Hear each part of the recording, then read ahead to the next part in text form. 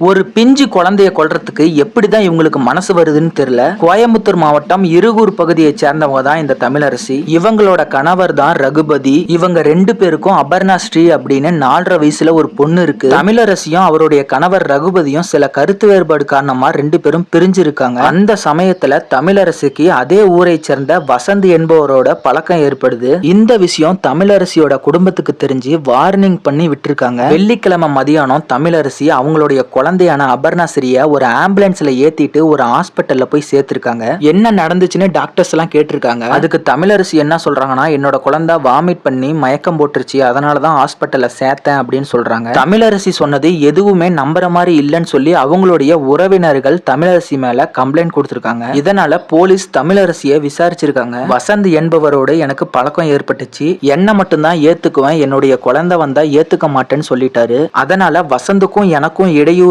இருக்க என்னுடைய குழந்தைய நான் தான் கழுத்தை நெரிச்சு கொன்னேன் அப்படிங்கிற ஸ்டேட்மெண்ட்டை சொல்லியிருக்காங்க. இவங்களுக்கு தூக்கு தண்டனை தான் சரியான தண்டனை.